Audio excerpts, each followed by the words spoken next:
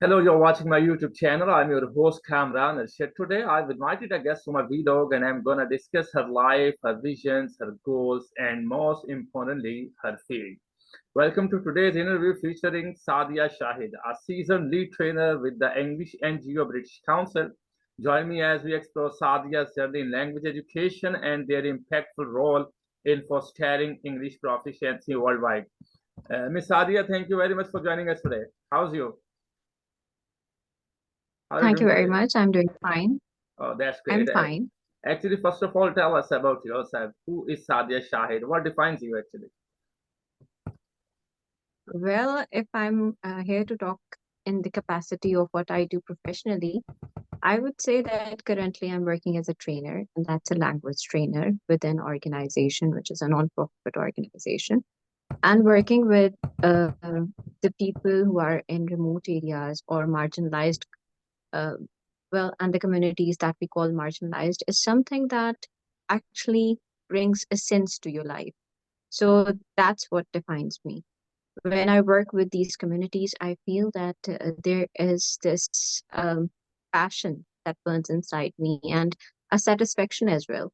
So, talking in that capacity, this is something working for the community and playing a teeny tiny part in the whole world so that they get do a little better. They can break out of their shells. They can break that vicious cycle of, let's say, ignorance where they don't get the opportunities. That's something that helped me a lot, and probably that's what defines me. That's great, man. Okay, how did you get into this, man? Why this field?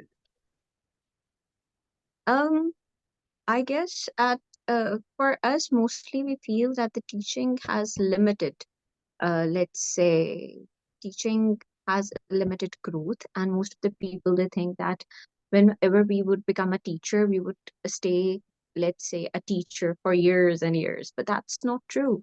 When I joined one of the private sector schools, at that time I realized that it is such a broad field and there is so much to do that you won't realize that what kind of opportunities you might get if you really want to excel in this field.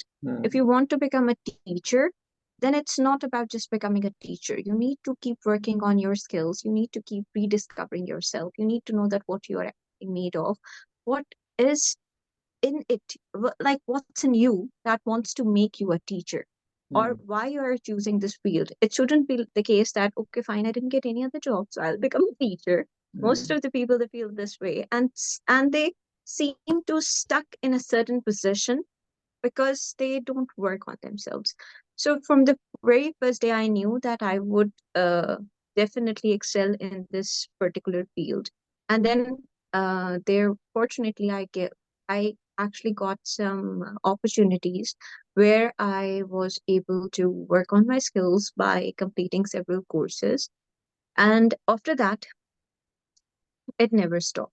So it's just that you need to keep your eyes open. You need to keep working on your professional capacity by getting enrolled in different courses, by looking, let's say, for the opportunities that's going to help you become a better teacher, and to understand that what is actually what are the main components of becoming a teacher, why you want to become a teacher. That's very important.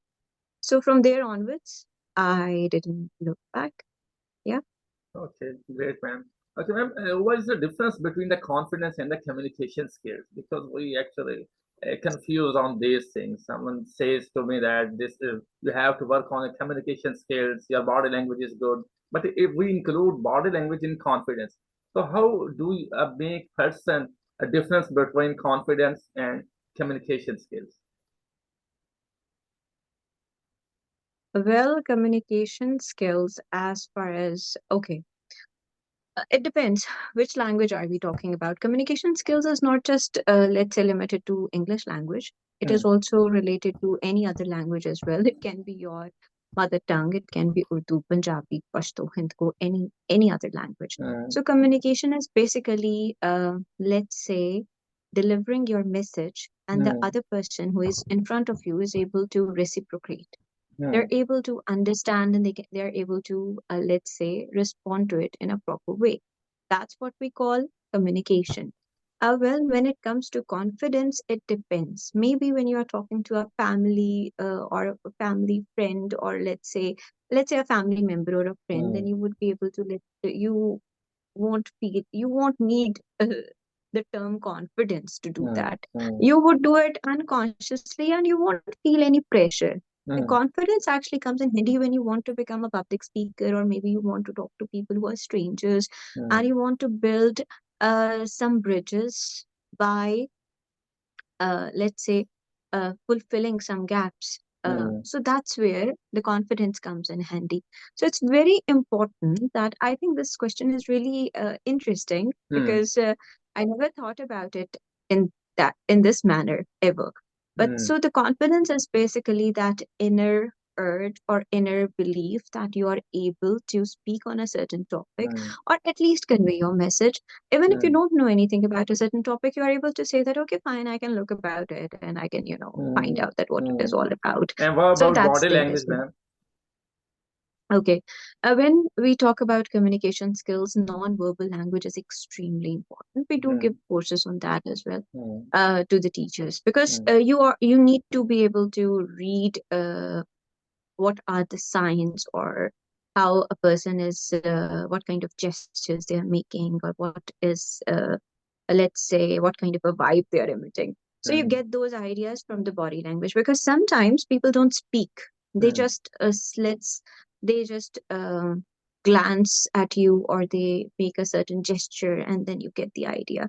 mm, Maybe they would nod, for example, then you would know, okay, fine. Or they might say, okay, mm. you are doing really well, something like that. And that's all included in the body language. And other than that, if you go into the depth, you can understand that, okay, fine, there are some people who might stare you in a certain way, and then you can understand that, okay, fine, I'm becoming uncomfortable just because this person is looking at me at this in this particular way. Then He's why is actually that? staring at me, Yeah, but not you looking know, there at. are sometimes that, Sometimes yeah, people staring sometimes it at. happens that you are, yeah, Uh, you are in a certain room and you start feeling uncomfortable just because of the fact that there are certain people and they are behaving in a certain way. And maybe mm, you're also making other people uncomfortable without knowing. So uh, non-verbal communication is also extremely important. And again, it doesn't need any certain language. It's just there. And as a better communicator, you need to understand at what other person is, let's say, trying to. It's like reading between the lines. But don't. mm. I would also one more thing, that don't delve like deep into it, because sometimes it happens that the other person is not thinking, or maybe uh, let's say, posing in a certain way. So I've seen people doing a lot of that, and they start jumping on different conclusions, and they Ma'am, feel that, actually okay, would fine, like to this is what dominate the on person the is. people right now. Would like to dominate on a people in our society right now. I don't know why, but it's true, I think. They want to dominate. Who Yeah. wants to dominate? Who wants to dominate? Like If a person have a communication skill, or he knows how to speak in English in front of the people, right? So he will try to dominate people who doesn't know how to speak in English. I think it would depend on the kind of circle probably you're moving, or a Hmm. person is there. Hmm. Because this can be a perception, but I don't think it applies anymore. Ma'am, I've seen a lot As of people in different societies. It's my experience. It can you can say it's a bad experience, but I've seen a lot of people. They do that. I don't know how to handle Okay, them, but I would definitely get a you just suggestion from your you side that just how to handle these kind of people. I think the best way to handle these Ignore people, them. um, yeah, you need to build boundaries. I always talk about Ah, one thing, that is that you need to have boundaries. hmm, Uh, no matter what, it's not just about the fact that someone is trying to impose their opinions on you. hmm, The best thing in this scenario is that, okay, fine, this is your opinion. I have my own. You can keep hmm. yours. I can keep mine. That's completely fine. This So is a no good need to advice, dominate ma'am. anyone. This is a good So advice. you have, I yeah. get it actually. Yeah, this, because this sometimes it does happen that I also meet people who are a bit, let's say, strong in their personality, Hmm, and they really love to, let's say, rule hmm, wherever they are, hmm, wherever they are. So it's kind of natural for some people, but you need to understand that, okay, fine, let me understand. What I do is that I understand their energy, I try to grasp it, and once I do that, I keep observing them, and then in very sweet and in a very nice way, once I know that okay, fine, what could be their let's say a perception, or what could be their stance, often after listening to that, I politely at times just tell them that, okay, fine, this is my opinion. And it's completely fine if two people have different opinions. Best thing is that sometimes you have to, let's say,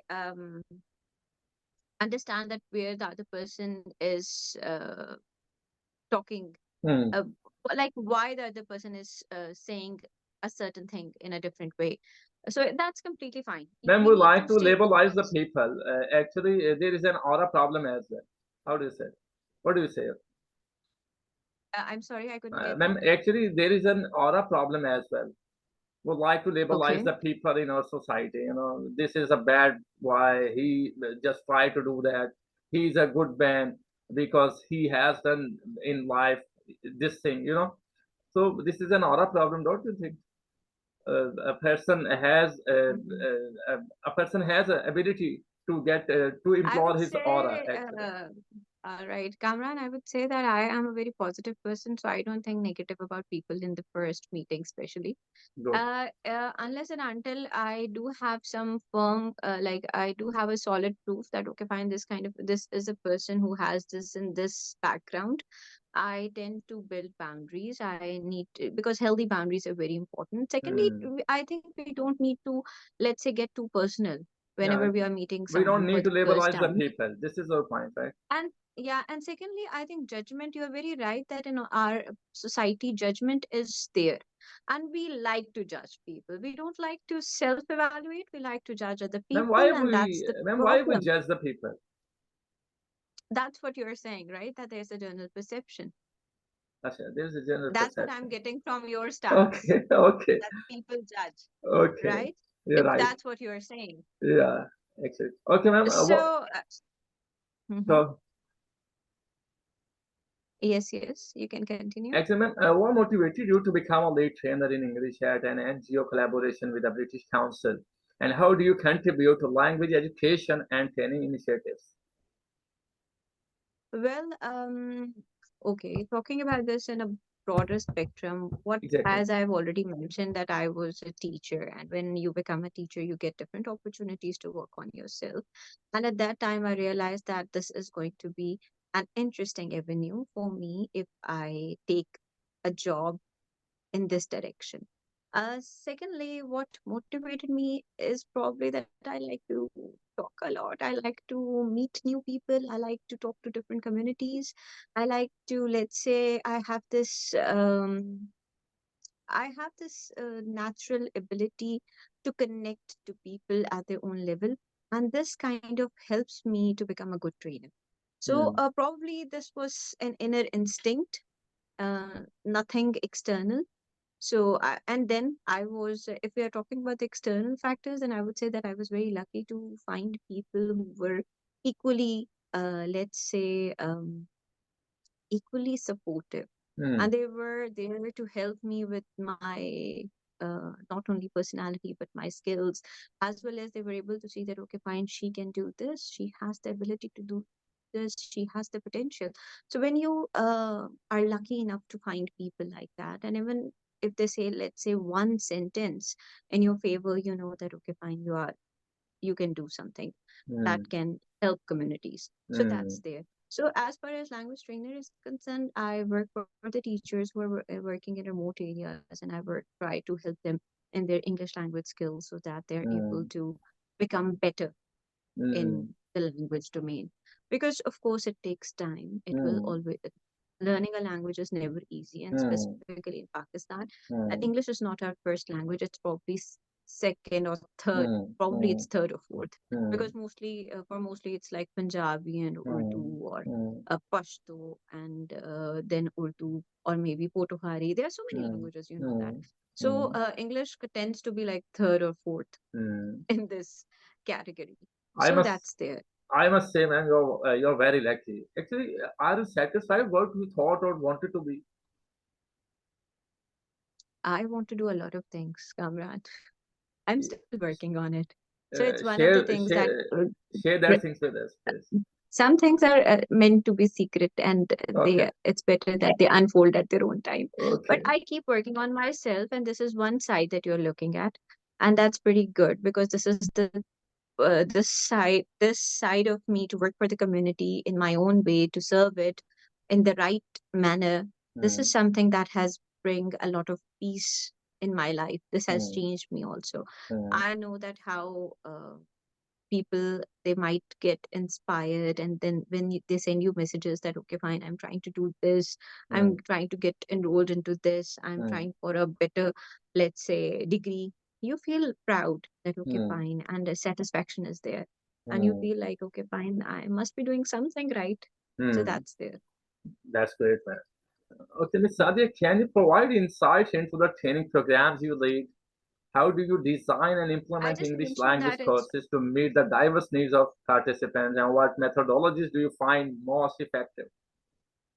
okay. The kind of methodologies we use is inductive approach. Inductive approach requires, like, when we are talking about when we are trying to deliver trainings, it's like that they are more participant centered, because we are right now, this program will be heard by people who are let's say, common in this Mm, term, not the mm, professional mm, teachers or educators. So I would mm, just say that it is more like participant centered, and where they understand that how involving students is extremely important, mm, rather than the teacher, the old traditional way that teacher is the beacon of knowledge and only the teachers knows everything. That's not the trend anymore. mm, It's like that students, they need to understand that, okay, fine, this is what the topic is about. I can research about it, I can learn about it by let's say, playing a game, or mm, maybe performing an experiment or anything, maybe doing a project work or working with their peers.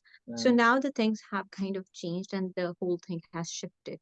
mm, So yeah, these are the major mm. methodologies that are used. Okay.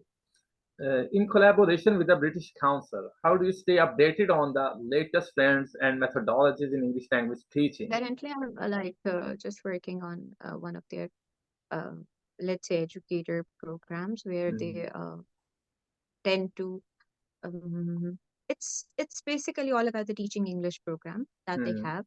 It's for the teachers, it's free. You can just simply go on the website and you can get enrolled, and you would get access to lots of courses as teachers, which are on diverse topics, including communication skills, as you were talking about, or climate change.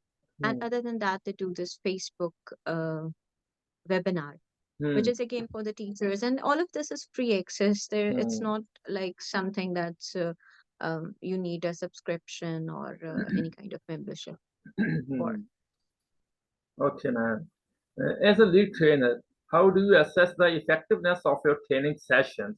And what strategies do you employ to continuously improve and tailor your programs to the evolving needs of learners? Okay, I would just give a simple answer to that. That whenever we are conducting, let's say, training, what we do is that we perform a training need analysis. Hmm, And after that training need analysis, we realize that, okay, fine, what kind of a training needs to go in a certain area, or for certain people, or a certain community, hmm, or a certain group. And then only we take their trainings over there. And secondly, we have some assessment criterias, which can include an interview method, or let's say a micro teaching, or a pre or post test method that hmm, is employed everywhere hmm, to assess what we do, hmm, or hmm, what is the effectiveness of a certain course. hmm. Okay, ma'am, can you share a success story or notable achievement from your experience as a lead trainer in English?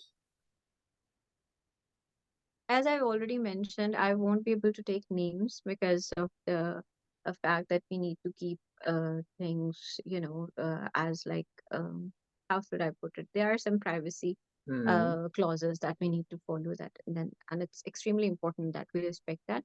But I hmm, would say that I've seen people who have uh, either enrolled into a better university, or they have gone to a certain job. So sometimes these success stories are every other day, or hmm, at least every other month, that we hmm, get to hear that teachers are moving to a better position, or they're going to they're achieving a lot hmm, in their personal domain, or they feel that they are better or confident speakers hmm, for that matter.